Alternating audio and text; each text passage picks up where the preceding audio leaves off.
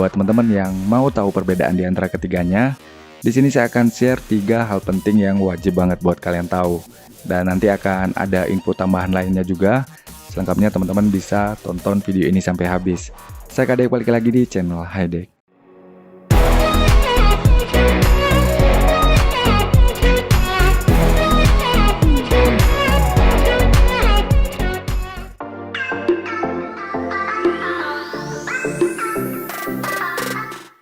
Nah, di poin pertama kita akan bahas dulu mengenai tampilan Filmora-nya.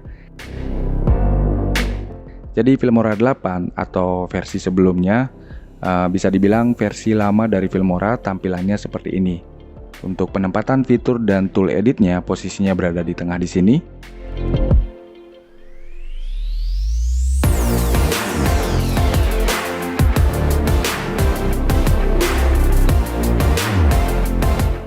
Tapi semenjak dikeluarkannya Filmora 9, ini merupakan versi baru Filmora, artinya tampilan Filmora sejak Filmora 9 berubah menjadi seperti ini. Warnanya lebih gelap, untuk penempatan fitur dan tool editnya dipindah ke bagian atas di sini.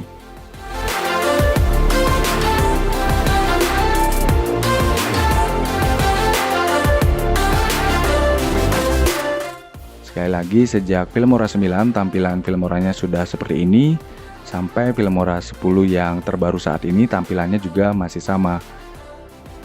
Lalu untuk filter dan overlay, kalau di Filmora 8 kita bisa lihat langsung di sini.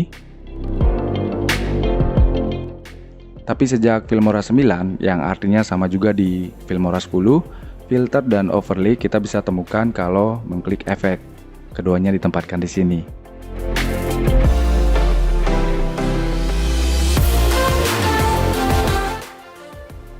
Lalu untuk theme atau skin di Filmora 8 selain yang dark skin yang seperti ini, ada pilihan lain yaitu light skin. Kita bisa klik dari sini.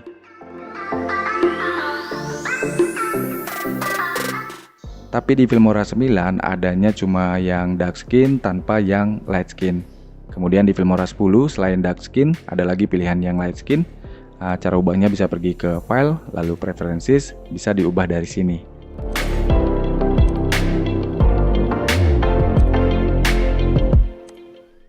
Nah, mungkin itu saja mengenai tampilannya. Sekarang kita akan lanjut ke poin kedua mengenai timeline, yaitu tempat kita kerjain project atau edit videonya. Ini di Filmora 8. Saya akan contohkan pakai 2 klip video ini dan 1 musik. Saya akan import dulu ke Filmoranya. Saya akan bawa ke timeline.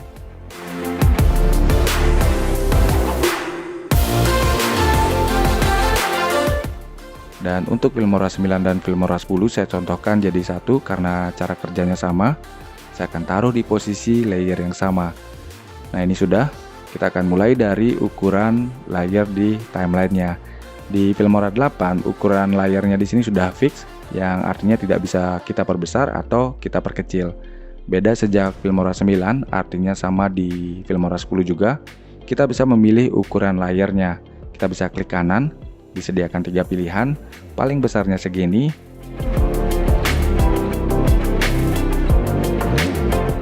lalu normal, dan yang paling kecilnya segini. Cuma sayangnya di sini tidak bisa kita perkecil lagi.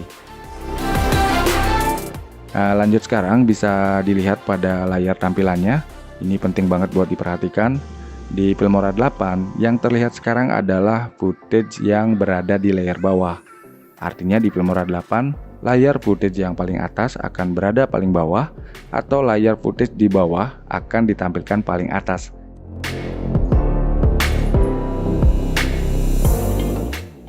Nah, bedanya di Filmora 9, yang sama juga di Filmora 10, ini kebalikan dari Filmora 8 tadi. Di sini layar footage yang paling atas akan ditampilkan paling atas, jadi menyesuaikan dengan posisi di layernya.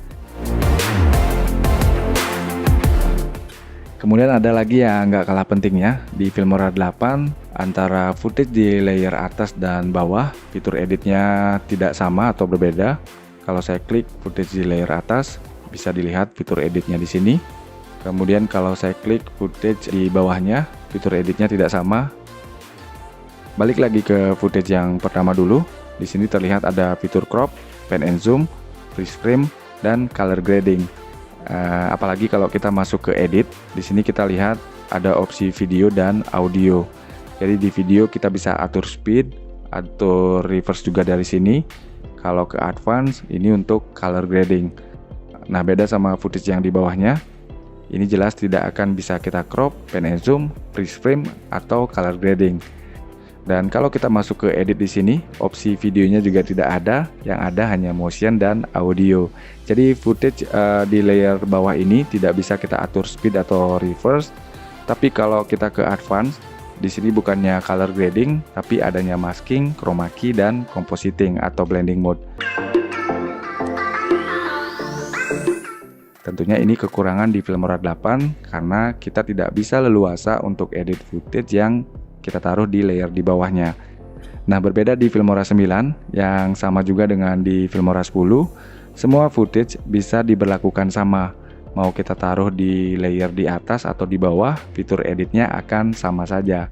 Sama-sama bisa di crop, pan and zoom, atur speed, color grading, dan lain sebagainya. Kemudian untuk pengaturan audionya, di Filmora 8 untuk audionya ini tidak bisa diedit langsung pada medianya di timeline di sini, entah di footage atau di musiknya. Cara aturnya sama, yaitu harus double klik, baru kita bisa mengatur volume, fade in, fade out, dan yang lainnya.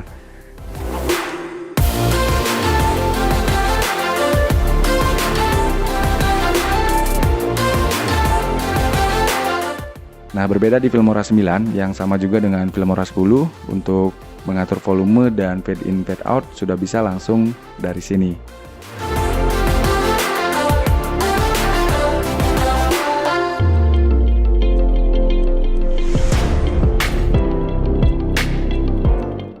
Lalu untuk musik beat detection, maksud saya ini adalah fitur beat detection otomatis. Kalau di Filmora 8 fitur ini belum ada, tapi sejak Filmora 9, khususnya dari Filmora 9.3, fitur beat detection ini sudah ada. Jadinya di Filmora 10 juga kita bisa temukan fitur beat detection ini.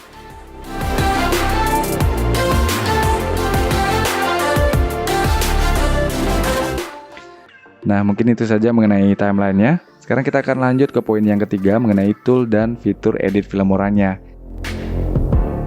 Jadi selain yang terlihat di sini, yang di ketiga Filmoranya masih tetap ada. Dan di ketiga Filmoranya juga sama-sama ada fitur masking, chroma key, blending mode, dan juga stabilization. Nah, untuk tool dan fitur edit lainnya bisa diperhatikan di sini. Jadi di Filmora 9 terdapat tambahan fitur yang tidak dimiliki oleh Filmora 8 seperti musik beat detection dan audio keyframe.